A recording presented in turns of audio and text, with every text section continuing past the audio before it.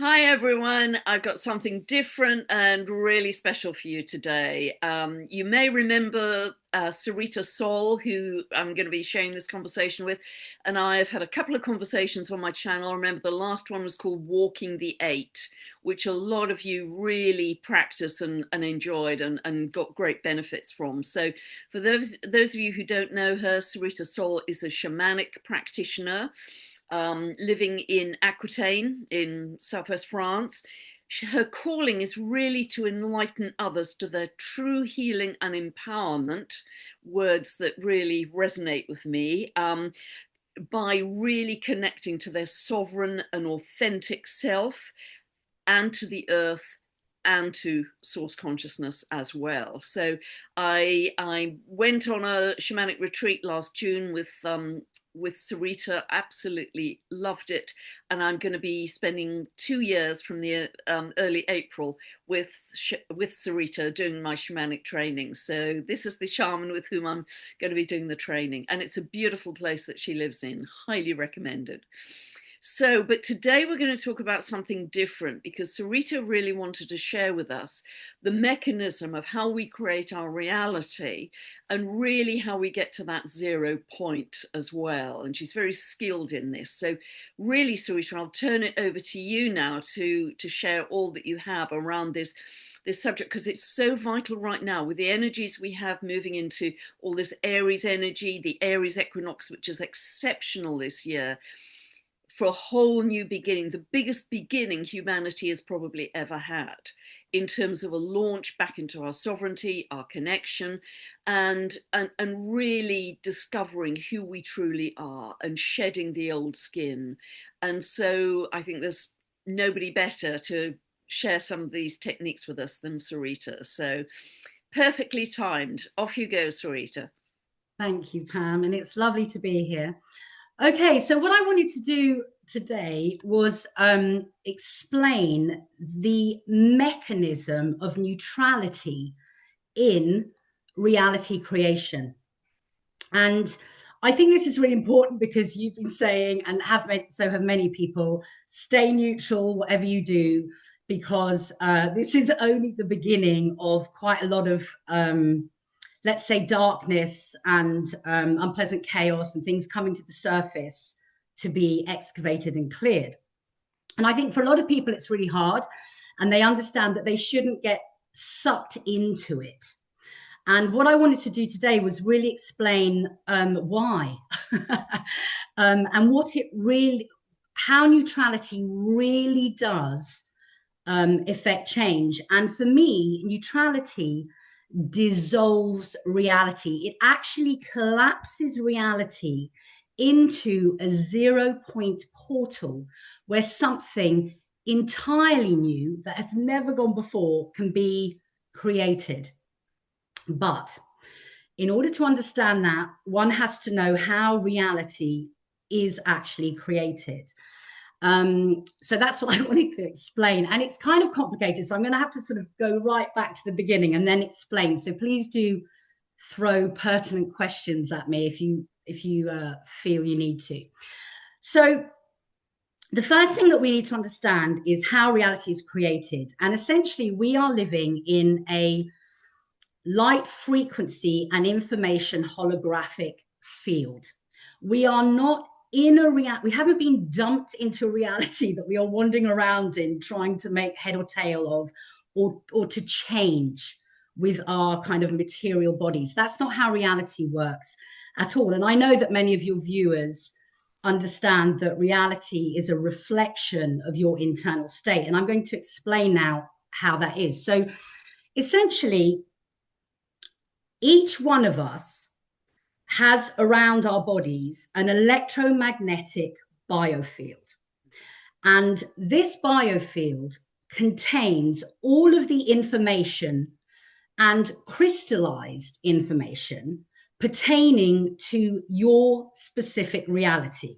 So around you, Pam, you've got your biofield, and everything that you think that is happening to you in your reality is contained within that biofield.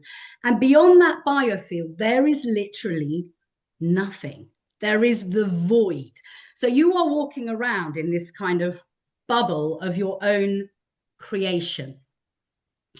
And the way that bubble is set up is that according to your internal state or your internal architecture, you emit an electrical impulse from the inside out, which is received by source consciousness beyond the bubble. Source consciousness picks up the request, and then the request is magnetized back towards you. So you're an electromagnetic being. And that information comes back as a wave and a particle. So it's crystallized, or it's like frequency information moving around, and it's contained in the bubble. Okay. So you are the one creating your reality. And in every now moment, you update all of the information in that field. So there's no linear process. Okay. This is a big one. There's no actual time. You're in every moment updating the biofield. So if you were to stand up and walk to the door of your room, in each moment you would recreate the room, changing the perspectives and how far away you were from the wall and whatever, and the light shadows and everything, and you keep walking to it. And when you open the door, you would only see a hall because you're updating the information in that field. Okay. Now, the reason that I see a similar room to you, it looks similar, but it's coming from my perspective, is that your biofield and my biofield are sharing information on an unseen level at a really rapid pace. I'm going to explain the pace now. Okay. So, well, I'll just go back. So that information that we're sharing, it's happening really, really fast. And we're not consciously aware of that information unless you're like, you know, an enlightened being or someone who's resonating at a very high frequency. So that information is going on all the time. And this is also, for example, why many of us holding the similar resonant frequency are seeing the world in a similar way. And you know, and I know, and this I think happened a lot in the lockdown, we would have conversations with people and it was like they were living in a completely different reality to us because they literally were. Okay. And this also explains things like why germ theory has never been proved and how terrain theory is now the upcoming sort of new science, because what's happening is there aren't viruses jumping from crystallized matter to crystallized matter. We're picking up information that it's time to detox, or that there's something in the field that you should detox from. So that's an explanation for terrain theory, and it explains a lot of other things, you know, like how someone walks into a room and you all feel the same about them and all of this kind of thing. So our biofields are having this invisible conversation, let's say. Now, how do we emit the electrical signal? So what happens is your body is full of portals. So many of us now know that our heart is a portal to source consciousness. It is literally the heart of the cosmos. I mean, it's the same doorway. But we also have portals in our energy centers. All of our cells are portals. All of the pores of our skin are portals. Our eyes, our ears, our nostrils, they're all portals. Okay. So what's happening is you've got an idea of what you want and an emotional charge. Okay. So the emotion is the thing that pushes the idea out. And what happens is that there's a pulse where your idea with the electrical charge pulses out of all of your portals to source consciousness, shares the idea with source consciousness, and then pulls back light frequency and information into your biofield and into your body. And the parts of you that are particles crystallize into matter. So a crystal, we know, contains denser light frequency and information. And in fact, I think I told you this in an email, I had an out-of-body experience not long ago, and I was shown that every single cell, every single organ, every single thing in our entire reality has its own biofield around it. Okay, so everything in our reality is doing this because everything in our reality has consciousness from a shamanic level. Even inanimate objects have consciousness. We're beginning to learn that trees have consciousness, and that's kind of now a kind of known thing.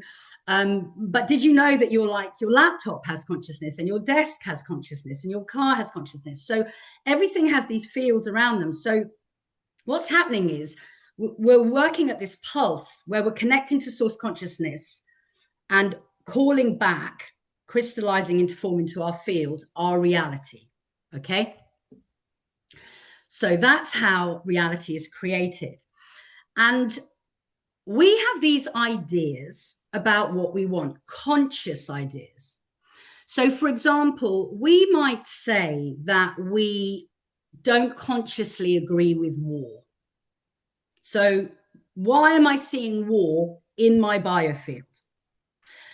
But your conscious mind and your unconscious mind are part of this process. And your conscious mind is a very small computer compared to the massive supercomputer of your unconscious, which of course, you know, regulates your blood flow and all the things that are going on in your body and loads of other things. And what happens is that our unconscious gets programmed when we are little. And humans are in a hypnagogic state for the first 7 years of their life. So they're very susceptible to programming. So this might be the beliefs of your parents or your teacher or something you see on the news, or, you know, we get programmed essentially. And those programs get pushed very deeply into the big supercomputer of our unconscious. So even though you don't consciously want war in your biofield, unconsciously, you may be running many, many programs that you are unaware of. And because this is a bigger supercomputer, it has more momentum to push out that pulse. It's just a bigger momentum of energy, let's say. So it's really important to look at the shadow if we want to consciously create something out there as opposed to unconsciously create it. And I was thinking about this earlier, you know, so the reason I mentioned war is because it's the thing that just came up this month, you know, after the Epstein files. You know, it's a lot for people to take on board. And it's even harder for people to take responsibility for something like that, because our conscious minds are kind of screaming at us, I would never agree with that in any way, you know. And you, Pam, ask people, you know, don't engage, get neutral. And that's absolutely what we should be doing. But neutrality doesn't mean not caring. This is the thing. So, and people can't help it. They kind of are, even if it's unconsciously, getting caught up in it, let's say. So consciously, you're like, you know, I don't agree with war. I just don't, on a conscious level. But when I really examine my internal shadow, I find that sometimes I'm at war with myself, for example. How many of you, you know, not, you know, you and all of the listeners are at war with yourselves? You know, when do you have to be right and someone else has to be wrong? When is it that you feel like you decide what's better for someone else? You know, just like the people in power decide that something that they want is better for a country. You know, when have you, or your view, you know, when have you tried to control your child because you assumed that you knew better and it would make them happy, but actually that makes you feel safe? You know, when have you put substances in your body that were harming you? If you're willing to harm yourself, it means that you are holding an internal resonant frequency match to the harm of another. So these are the kind of minuscule, nuanced things that we all have inside us, and they hide in the shadow. So we would go, I'd never condone war. And then you'll go and like have 3 glasses of wine or something when you know it's not good for you. Or, you know, we do all of these kind of things, or you'll perpetrate upon yourself, or you'll criticize someone else or yourself. So all of these things are actually just playing out in bigger ways, let's say, on the world stage of your biofield. So it's really important that we understand that nothing can be perceived as out there that we are not holding a resonant frequency matched to. And we need to really look at our shadows, like, you know, what are we actually permissioning? And the stuff that we're seeing playing out here at the moment is a victim, perpetrator, rescuer type of consciousness. And your internal state and the constant projections of your reality doesn't mind whether you're pushing out fear as the momentum or joy. It's irrelevant to your, it's pushing out what is the biggest thing, or the thing that the biggest driving force of momentum, let's say. And the thing about things like war is they're self-perpetuating cycles that create more fear, more need to be safe, more survival instinct and competition and everything. And when you're in survival mode, actually what happens is your biofield contracts so that you can't see your out there much. Your ability to be empathic or compassionate and neutral is just shot. It's shot. So this is why you see people who are very ill, for example, or in a highly nervous state are very self-centered, because they're just trying to survive. They don't have the time or the energy to open their awareness, let's say. So the more you're willing to consider the shadow and take responsibility for the out there, in fact, what happens is your biofield expands and you have more of the visible light spectrum available to you to see even more of what's going on. And then that becomes an upward perpetuating cycle of awareness, let's say. So the best thing that we can do if we are seeing a war out there is to become neutral. And the only way to become neutral is to heal the internal shadow of the war inside. And you'll know if you've got something to heal, because the out there will trigger you. So in other words, you won't be able to be neutral.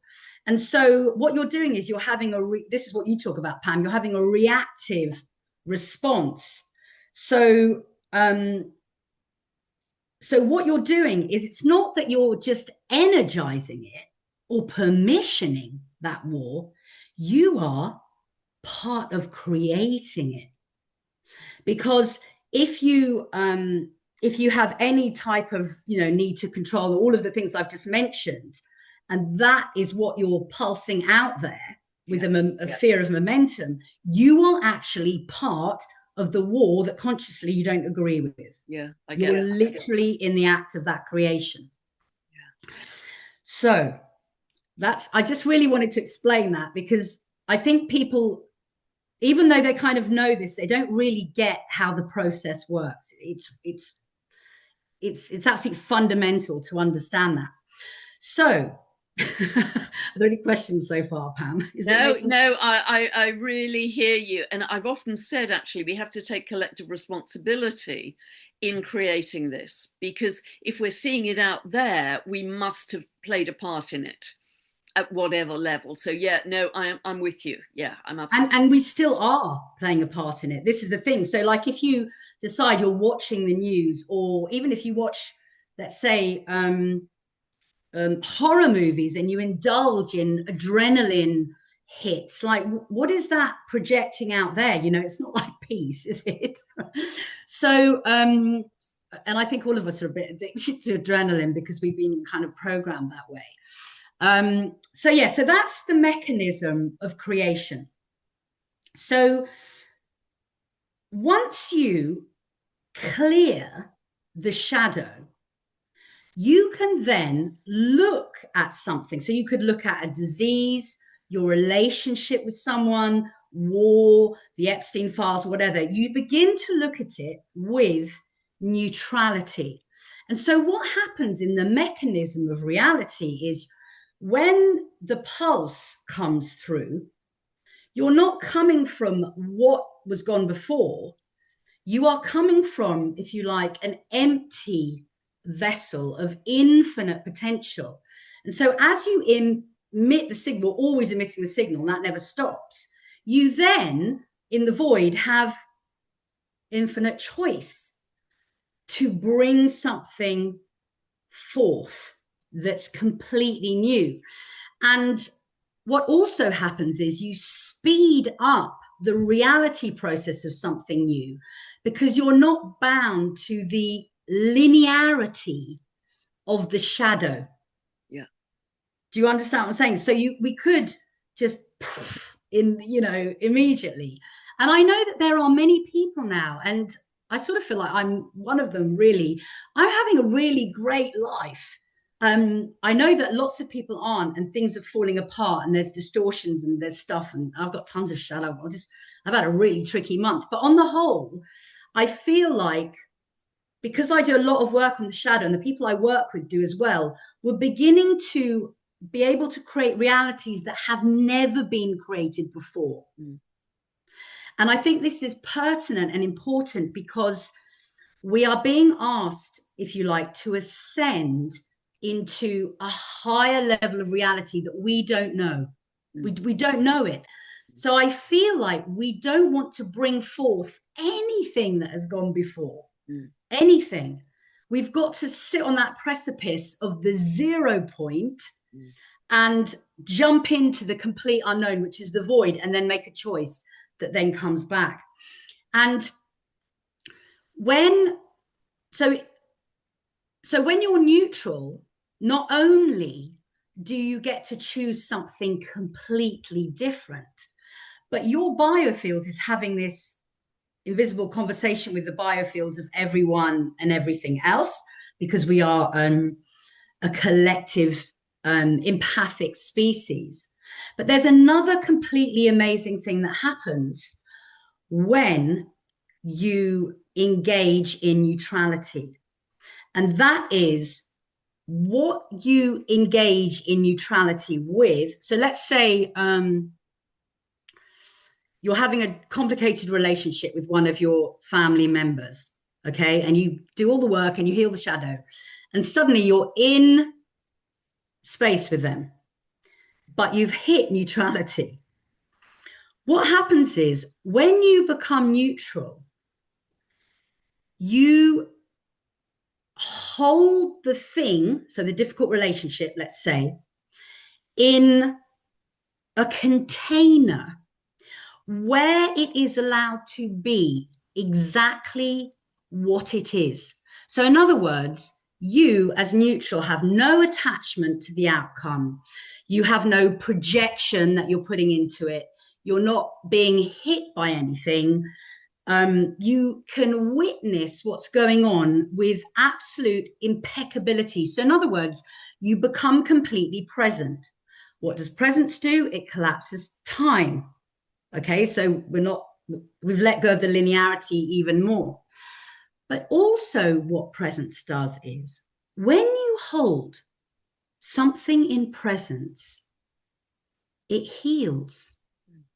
Because if you hold something exactly as it is and you don't inject or project or hold any separation in that. So in other words, so the attachment is a separation, the idea of it or the judgment is a separation. What happens is all of the separation which we find in difficult relationships, disease is caused by separation consciousness, war is separation consciousness, the elites, the battle between good and evil, all of the polarity here on this planet is held by us in separation consciousness. And when we are absolutely neutral, we become this container and we hold something exactly as it is We don't hold the separation idea. And the thing inside the container becomes unified again. It becomes perfection. And that's because the container that we're holding emulates the creator. Creator consciousness is a container for creation. The creator, I'm just making an assumption here, but the creator has no it has no attachment to what you create. It doesn't decide that what you're creating is good or bad or anything in between. It allows creation to create, and it holds all of it, knowing that all of it is one thing. It's oneness. And many people have heard this thing, we're moving from 3D to 5D. And the fifth dimension, if that's what you want to call it, is unity consciousness. It's a heart-centered consciousness where everyone realizes that we are one thing. So as you hold something, emulating the emulating the creator as the container, because you've become neutral, you offer that thing the potentiality to become whole again.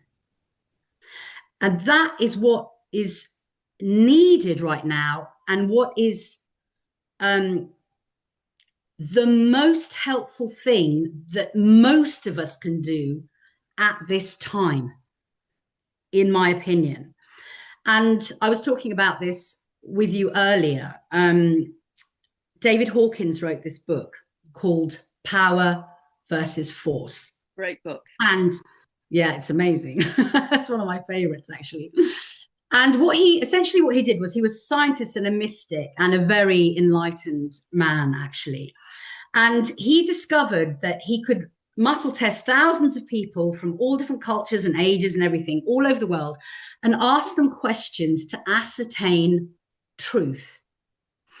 And through that, he created a map of consciousness. And the map went from 0 to 1,000. So 0 to 30 is like shame. Then you've got things like, anger, grief, apathy, pride. And at 200, you hit courage. From 200 to 1,000, 1,000 being enlightenment, you have all these other amazing things. But the thing, so the frequency, so courage is at 200, and the frequency above courage is neutrality. So people think neutrality is like the absence of something. It's not. It's a higher frequency than courage. And the one above neutrality is willingness. And what he also discovered is that everything below 200 is a self-perpetuating downward spiral into negativity. But once you reach courage, your frequency starts becoming an upwards momentum. Okay. And he also discovered that 85% of humanity at the time of the creation of his book, which I think was about 20 years ago, was below, so 85% of humanity was below 85%. Sorry, 85% of humanity was below 200. So they were all in shame, fear, apathy, grief, all of that kind of stuff. But 15% of humanity were on the scale between 200 and 1,000. I think there were 12 avatars at 1,000 and various people at different amounts. And one avatar at 1,000 could counterbalance something like 80 million people who were lower than 200. And let me tell you, for the purposes of this video, that one person resonating at the frequency of neutrality, which is 250, between 250 and 310, counterbalances 90,000 people.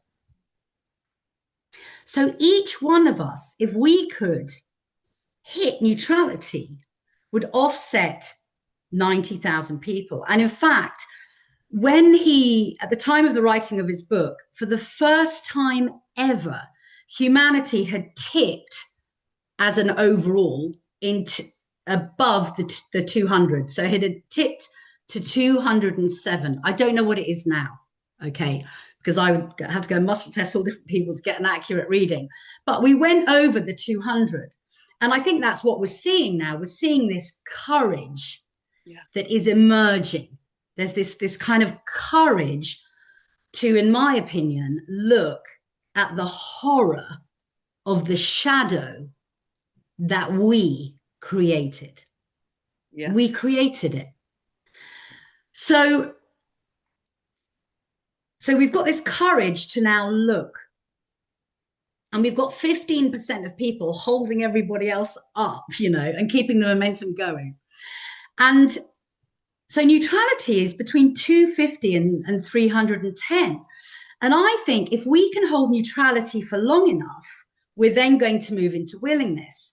And neutrality is important because if you can look at war or someone fighting you or a difficult relationship or the disease that you're unconsciously choosing, if you can look at those things with neutrality, what neutrality does is it implies that freedom of choice is paramount. That's the thing, because you've done all the shadow work to get the freedom to choose the next thing that you're pulling into your field. And if you understand that freedom, personal sovereignty, is paramount, you cannot be controlled. Yes. And if you can't be controlled, you can't be influenced by any of the so-called perceptions out there, whether they're the perceptions of your loved ones or the elites or the bankers or, whatever it is.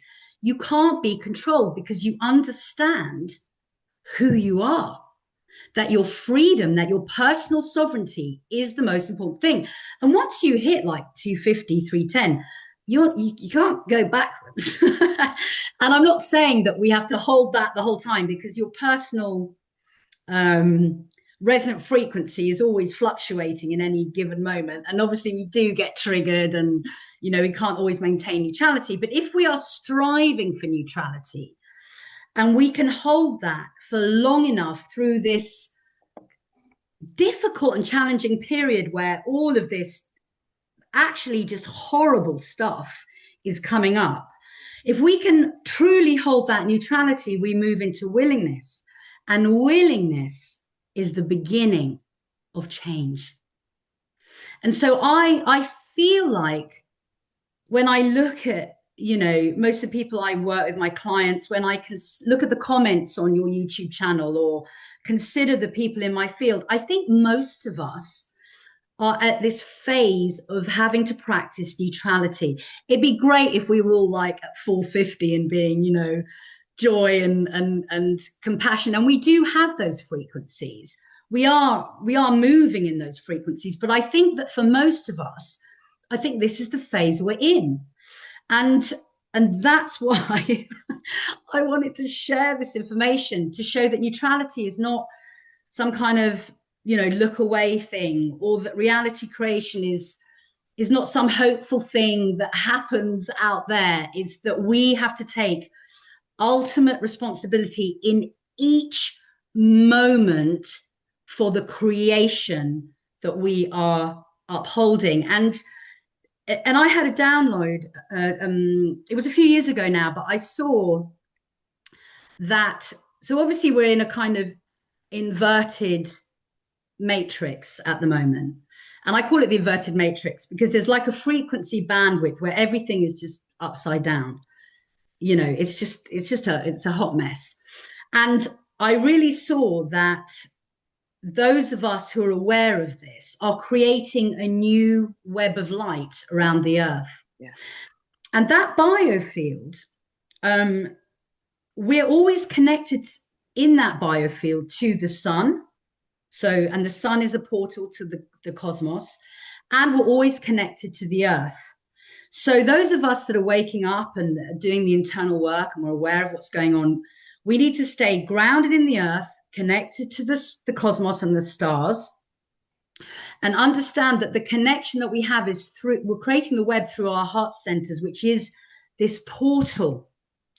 And if we can hold neutrality in this web, it offers the 90,000 or more if you're a higher frequency, and all of the people around us through that invisible conversation, the option to collapse back into that neutrality. And remember that we've been in polarity. You know, the walking, think of the figure of eight, walking the eight, dark to light, you know, hot to cold. We're in this kind of polarity and learning who we are through all of the choices that we get in between. But when you collapse those states into becoming the absolute container, the container effect, if we can all hold the container effect, everything in our field gets the option to realize itself as part of the oneness of the container. Yeah, it's really helpful, actually. It's really helpful. And for any of you out there who don't know the book Power versus Force and the Map of Consciousness, which is quite well known, you can easily find the Map of Consciousness on the internet, and it's Yeah. really worth looking at.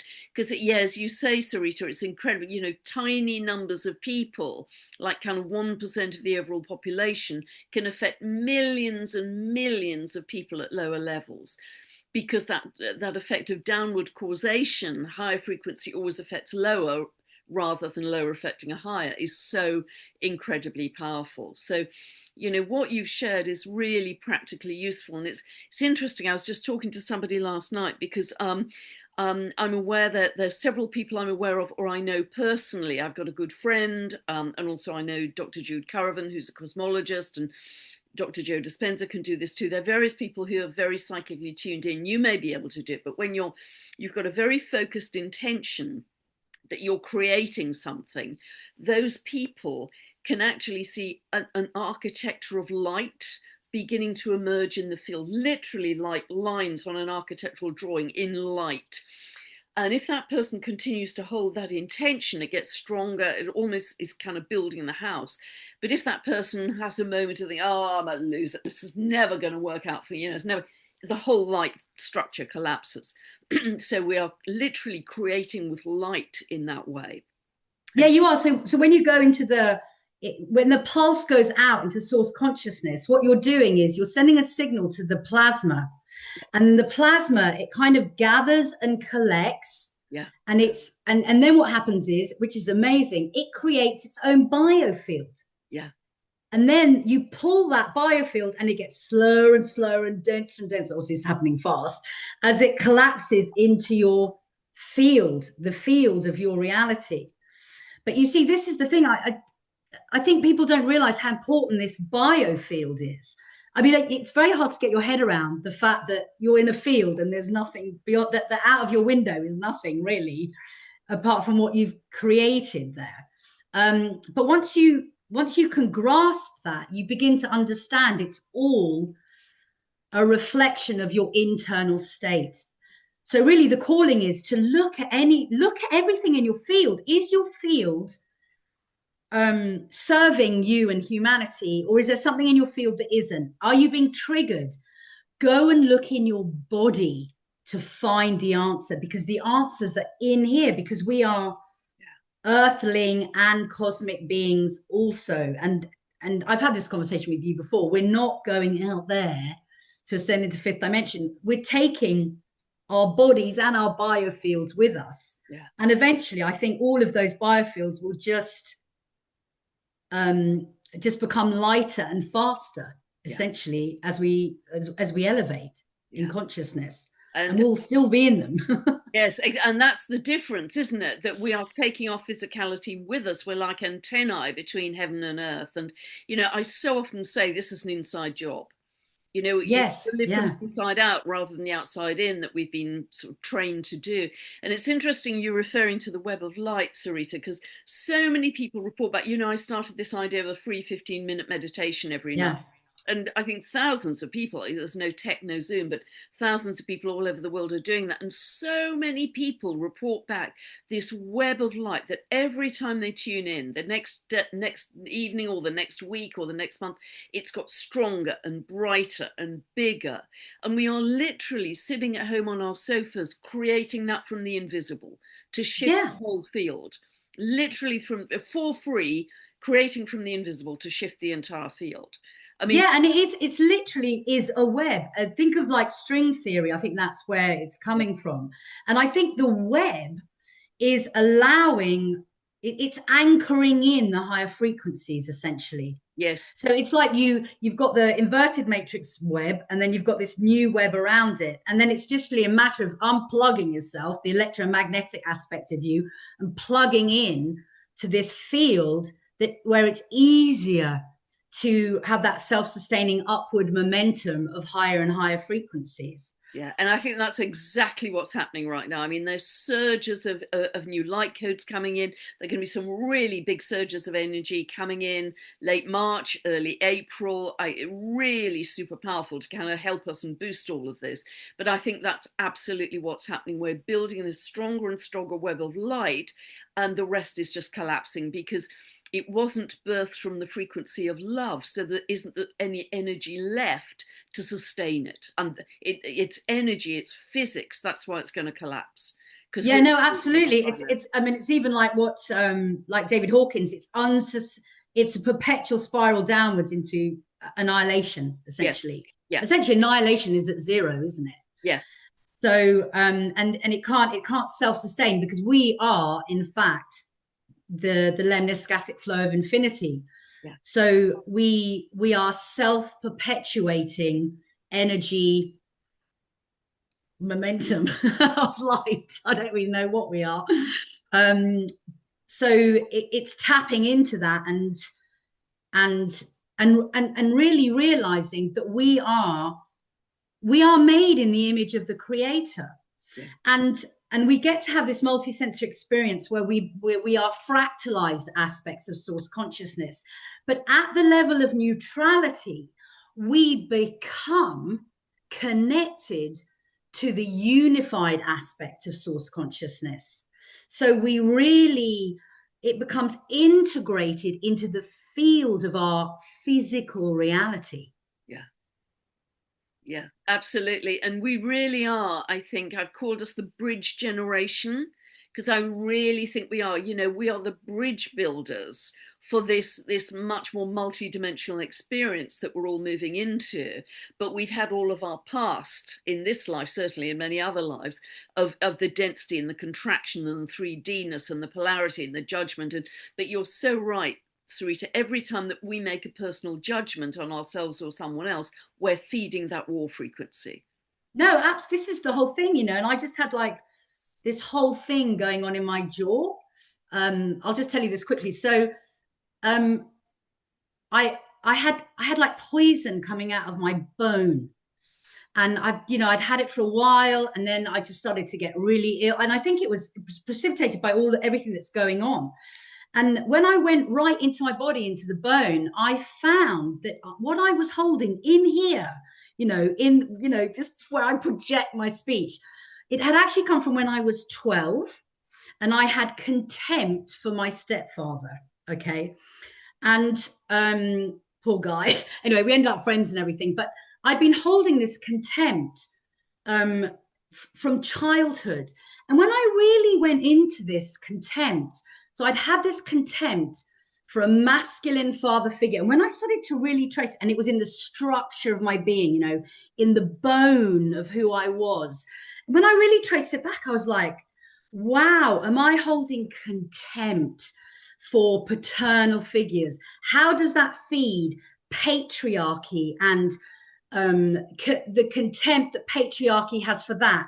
And I realized I've been holding this victim consciousness, and I really had to like look at that. And then, when I really went into it, I was like, wow, this is actually huge, and it's not helping reality. So I had to like own it. I had to own it, go into it, heal it. And as I came out healing that, I just I suddenly just feel better today. I feel brighter, I feel cleaner, clearer, I feel more optimistic about the future, and I don't feel this contempt which was hidden, has kind of left me.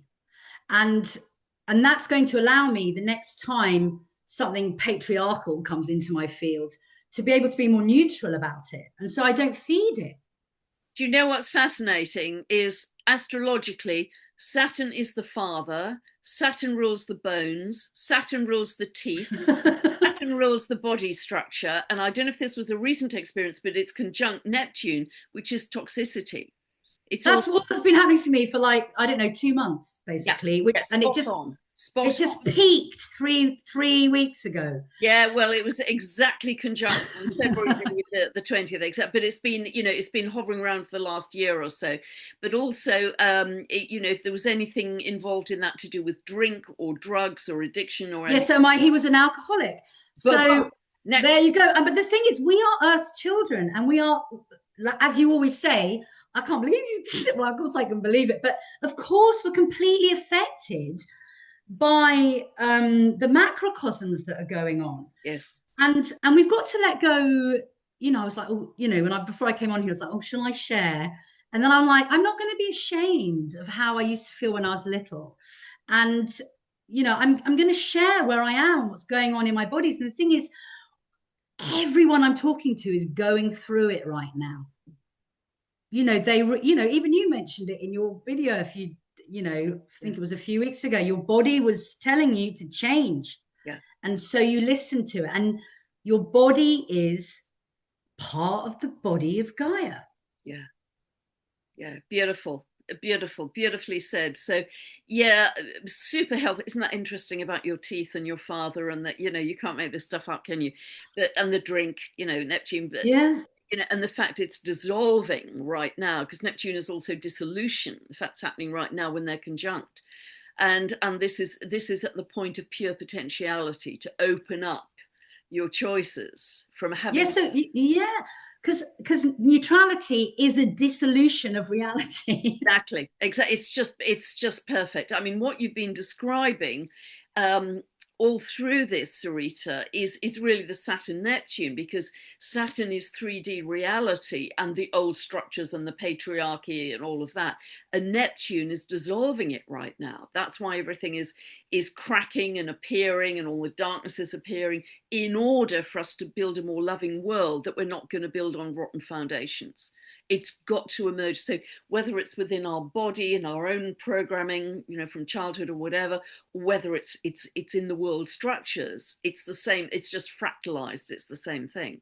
Exactly. It's from macro to micro and back again. And I just, the thing is, I think we can't underestimate how important each of us is in this process. Yeah, well said. Well said. Because you can't complete a jigsaw even without the smallest piece.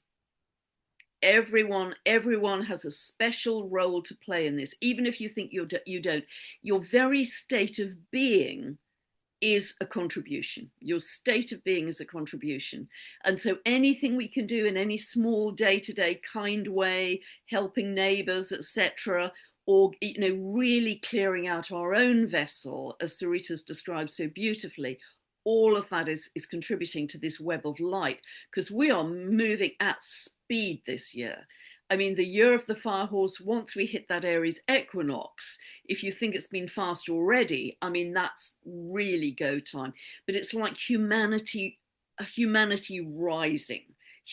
rising into its sovereignty, its empowerment, its inner authority in a way we've never seen on such a widespread scale before. So there will be a lot of revolution on the street, but it will just be a lot of people internally disengaging from the system and saying, enough.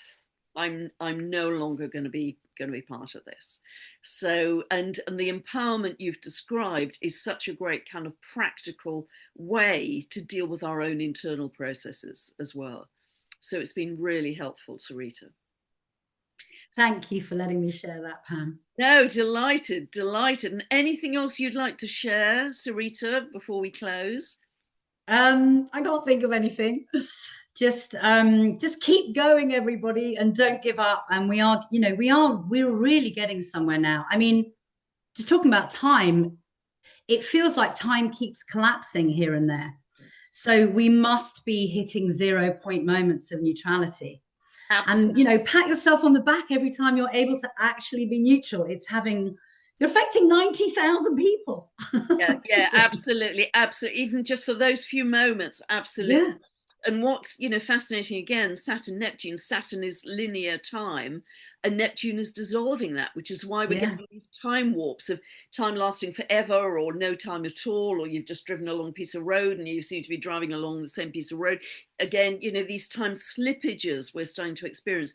And that's a sign that we're moving into multidimensionality. And I think yeah, the momentum of love in the world is now becoming palpable. I think there's so many of us connecting across the world saying, no, we are going to build a more loving world. And it's really palpable, that kind of momentum. It's really yeah. powerful. And again, we're doing it all for free and we're working with the invisible. We absolutely are. Beautiful. Thank you so much, Thank you, Sarita, for Pam. all of that and your time. And I'll put your website details below. And yeah, I loved my week with Sarita, and I can't wait to start the training at the beginning of April. And Yeah, so exciting. highly recommend it. But I think you're getting pretty heavily booked now, aren't you? So Yeah, we're pretty we've got things happening for 2027. okay, okay. Well, I'm sure this video will help it Oh, well, all. actually, I know actually there's an online shamanic beginners training for October this year. That's still Okay, got space. So there you go. okay. But highly recommend. Thank you so much, Sarita, and Thank you, Pam. much love and love to everybody out there. Have a wonderful rest of day wherever you are. Bye for now. Good love. Bye.